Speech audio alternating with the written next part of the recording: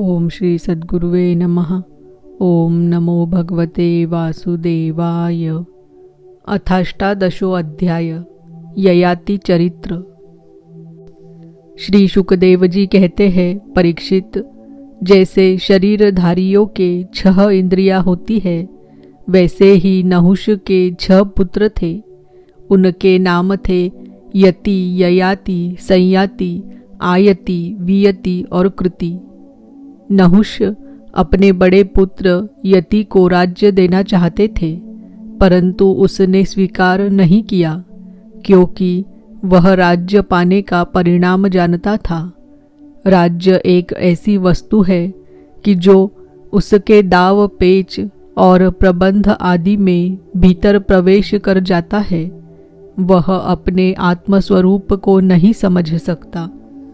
जब इंद्र पत्नी शची से सहवास करने की चेष्टा करने के कारण नहुष को ब्राह्मणों ने इंद्र पद से गिरा दिया और अजगर बना दिया, तब राजा के पद पर ययाति बैठे। ययाति ने अपने 4 छोटे भाइयों को 4 दिशाओं में नियुक्त कर दिया और स्वयं शुक्राचार्य की पुत्री देवयानी और दैत्यराज वृषपर्वा की पुत्री शर्मिष्ठा को पत्नी के रूप में स्वीकार करके पृथ्वी की रक्षा करने लगा। राजा परीक्षित ने पूछा, भगवान शुक्राचार्य जी तो ब्राह्मण थे और ययाति क्षत्रिय, फिर ब्राह्मण कन्या और क्षत्रिय वर का प्रतिलोम यानी उल्टा विवाह कैसे हुआ? श्री शुकदेव जी ने कहा, राजन, दानवराज वृषपर्वा की एक बड़ी मानिनी कन्या थी। उसका नाम था शर्मिष्ठा। वह एक दिन अपनी गुरुपुत्री देवयानी और हजारों सखियों के साथ अपनी राजधानी के श्रेष्ठ उद्यान में टहल रही थी। उस उद्यान में सुंदर सुंदर पुष्पों से लदे हुए अनेकों वृक्ष थे।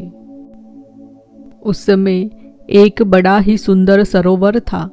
सरोवर में कमल खिले हुए थे और उन पर बड़े ही मधुर स्वर से भौरे गुंजार कर रहे थे।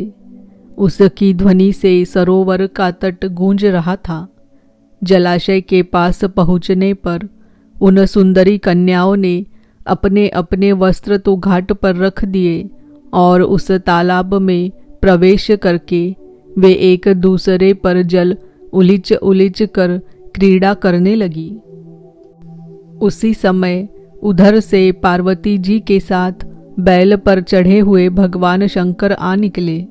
उनको देखकर सब की सब कन्याएं सकुचा गई और उन्होंने झटपट सरोवर से निकलकर अपने अपने वस्त्र पहन लिए।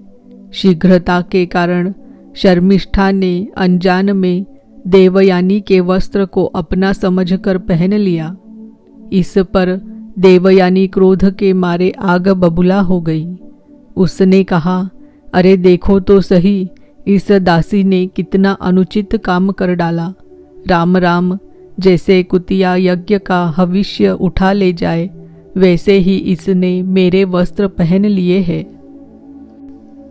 जिन ब्राह्मणों ने अपने तपोबल से इस संसार की सृष्टि की है, जो परम पुरुष परमात्मा के मुख रूप है, जो अपने हृदय में निरंतर ज्योतिर्मय परमात्मा को धारण किए रहते हैं और जिन्होंने संपूर्ण प्राणियों के कल्याण के लिए वैदिक मार्ग का निर्देश किया है, बड़े बड़े लोकपाल तथा देवराज इंद्र, ब्रह्मा आदि भी जिनके चरणों की वंदना और सेवा करते हैं, और तो क्या लक्ष्मी जी के एकमात्र आश्रय परम पावन विश्वात्मा भगवान भी जिनकी वंदना और स्तुति करते हैं, उन्हीं ब्राह्मणों में हम सबसे श्रेष्ठ भृगुवंशी है। और इसका पिता प्रथम तो असुर है, फिर हमारा शिष्य है। इस पर भी इस दुष्टा ने जैसे शूद्र वेद पढ़ ले, उसी तरह हमारे कपड़ों को पहन लिया है।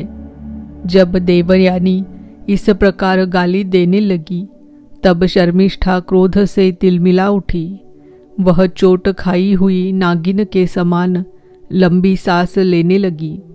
उसने अपने दांतों से होठ दबाकर कहा, भिखारिन, तू इतना बहक रही है, तुझे कुछ अपनी बात का भी पता है? जैसे कौवे और कुत्ते हमारे दरवाजे पर रोटी के टुकड़ों के लिए प्रतीक्षा करते हैं, वैसे ही क्या तुम भी हमारे घरों की ओर नहीं ताकती रहती?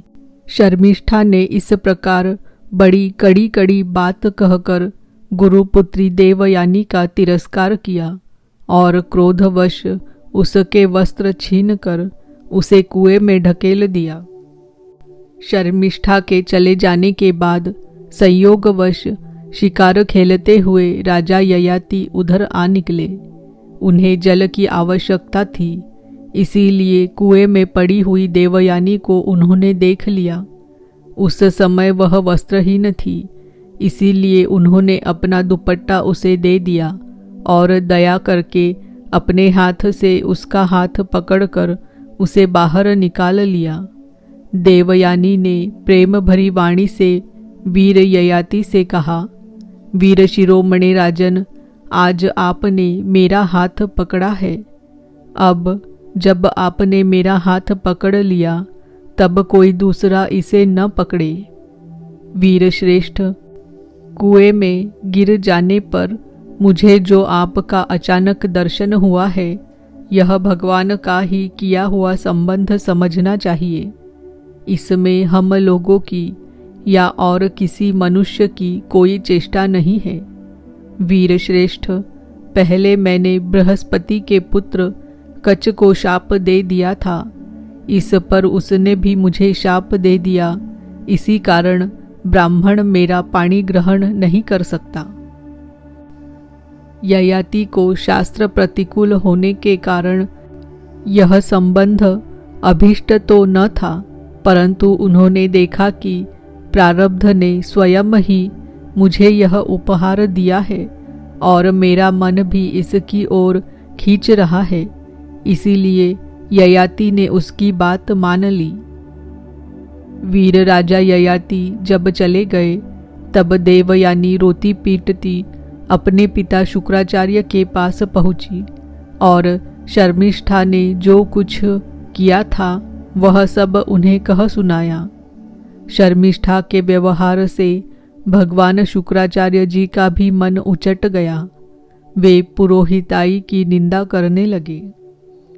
उन्होंने सोचा कि इसकी अपेक्षा तो खेत या बाजार में से कबूतर की तरह कुछ बीन कर खा लेना अच्छा है। अतः अपनी कन्या देवयानी को साथ लेकर वे नगर से निकल पड़े। जब वृषपर्वा को यह मालूम हुआ तो उनके मन में यह शंका हुई कि गुरुजी कहीं शत्रुओं की जीत ना करा दे अथवा मुझे शाप न दे दे। अतएव वे उनको प्रसन्न करने के लिए पीछे पीछे गए और रास्ते में उनके चरणों पर सिर के बल गिर गए। भगवान शुक्राचार्य जी का क्रोध तो आधे ही क्षण का था। उन्होंने वृषपर्वा से कहा, राजन, मैं अपनी पुत्री देवयानी को नहीं छोड़ सकता, इसीलिए इसकी जो इच्छा हो तुम पूरी कर दो, फिर मुझे लौट चलने में कोई आपत्ति न होगी। जब वृषपर्वा ने ठीक है कहकर उनकी आज्ञा स्वीकार कर ली, तब देवयानी ने अपने मन की बात कही। उसने कहा, पिताजी, मुझे जिस किसी को दे दे और मैं जहाँ कहीं जाऊँ, शर्मिष्ठा अपनी सहेलियों के साथ मेरी सेवा के लिए वही चले। शर्मिष्ठा ने अपने परिवार वालों का संकट और उनके कार्य का गौरव देखकर देवयानी की बात स्वीकार कर ली। वह अपनी 1000 सहेलियों के साथ दासी के समान उसकी सेवा करने लगी। शुक्राचार्य जी ने देवयानी का विवाह राजा ययाति के साथ कर दिया और शर्मिष्ठा को दासी के रूप में देकर उनसे कह दिया, राजन, इसको अपनी सेज पर कभी न आने देना। परीक्षित, कुछ ही दिनों बाद देवयानी पुत्रवती हो गई। उसको पुत्रवती देखकर एक दिन शर्मिष्ठा ने भी अपने ऋतुकाल में देवयानी के पति ययाति से एकांत में सहवास की याचना की। शर्मिष्ठा की पुत्र के लिए प्रार्थना धर्म संगत है, यह देखकर धर्मज्ञ राजा ययाति ने शुक्राचार्य की बात याद रहने पर भी यही निश्चय किया कि समय पर प्रारब्ध के अनुसार जो होना होगा हो जाएगा। देवयानी के 2 पुत्र हुए, यदु और तुर्वसु, तथा वृषपर्वा की पुत्री शर्मिष्ठा के 3 पुत्र हुए, द्रुह्यो, अनु और पुरु। जब मानिनी देवयानी को यह मालूम हुआ कि शर्मिष्ठा को भी मेरे पति के द्वारा ही गर्भ रहा था, तब वह क्रोध से बेसुध होकर अपने पिता के घर चली गई। कामी ययाति ने मीठी मीठी बातें, अनुनय, विनय और चरण दबाने आदि के द्वारा देवयानी को मनाने की चेष्टा की। उसके पीछे पीछे वहां तक गए भी, परंतु मना न सके। शुक्राचार्य जी ने भी क्रोध में भरकर ययाति से कहा, तू अत्यंत स्त्री लंपट, मंद बुद्धि और झूठा है। जा, तेरे शरीर में वह बुढ़ापा आ जाए जो मनुष्यों को कुरूप कर देता है। ययाति ने कहा, ब्राह्मण, आपकी पुत्री के साथ विषय भोग करते करते अभी मेरी तृप्ति नहीं हुई है। इस शाप से तो आपकी पुत्री का भी अनिष्ट ही है। इस पर शुक्राचार्य जी ने कहा, अच्छा जाओ, जो प्रसन्नता से तुम्हें अपनी जवानी दे दे उससे अपना बुढ़ापा बदल लो। शुक्राचार्य जी ने जब ऐसी व्यवस्था दे दी, तब अपनी राजधानी में आकर ययाति ने अपने बड़े पुत्र यदु से कहा, बेटा, तुम अपनी जवानी मुझे दे दो और अपने नाना का दिया हुआ यह बुढ़ापा तुम स्वीकार कर लो, क्योंकि मेरे प्यारे पुत्र, मैं अभी विषयों से तृप्त नहीं हुआ हूँ। इसीलिए तुम्हारी आयु लेकर मैं कुछ वर्षों तक और आनंद भोगूंगा। यदु ने कहा, पिताजी, बिना समय के ही प्राप्त हुआ आपका बुढ़ापा लेकर तो मैं जीना भी नहीं चाहता, क्योंकि कोई भी मनुष्य जब तक विषय सुख का अनुभव नहीं कर लेता तब तक उसे उससे वैराग्य नहीं होता। परीक्षित, इसी प्रकार तुर्वसु, द्रुह्यु और अनु ने भी पिता की आज्ञा अस्वीकार कर दी। सच पूछो तो उन पुत्रों को धर्म का तत्व मालूम नहीं था। वे इस अनित्य शरीर को ही नित्य माने बैठे थे। अब ययाति ने अवस्था में सबसे छोटे किंतु गुणों में बड़े अपने पुत्र पुरु को बुलाकर पूछा और कहा, बेटा, अपने बड़े भाइयों के समान तुम्हें तो मेरी बात नहीं टालनी चाहिए। पुरु ने कहा, पिताजी, पिता की कृपा से मनुष्य को परम पद की प्राप्ति हो सकती है। वास्तव में पुत्र का शरीर पिता का ही दिया हुआ है। ऐसी अवस्था में ऐसा कौन है जो इस संसार में पिता के उपकारों का बदला चुका सके? उत्तम पुत्र तो वह है जो पिता के मन की बात बिना कहे ही कर दे। कहने पर श्रद्धा के साथ आज्ञा पालन करने वाले पुत्र को मध्यम कहते हैं। जो आज्ञा प्राप्त होने पर भी अश्रद्धा से उसका पालन करे वह अधम पुत्र है, और जो किसी प्रकार भी पिता की आज्ञा का पालन नहीं करता उसको तो पुत्र कहना ही भूल है। वह तो पिता का मलमूत्र ही है। परीक्षित, इस प्रकार कहकर पुरु ने बड़े आनंद से अपने पिता का बुढ़ापा स्वीकार कर लिया। राजा ययाति भी उसकी जवानी लेकर पूर्ववत विषयों का सेवन करने लगे। वे 7 द्वीपों के एक छत्र सम्राट थे, पिता के समान भली भांति प्रजा का पालन करते थे। उनकी इंद्रियों में पूरी शक्ति थी और वे यथावसर यथाप्राप्त विषयों का यथेच्छ उपभोग करते थे। देवयानी उनकी प्रियतमा पत्नी थी। वह अपने प्रियतम ययाति को अपने मन, वाणी, शरीर और वस्तुओं के द्वारा दिन दिन और भी प्रसन्न करने लगी और एकांत में सुख देने लगी।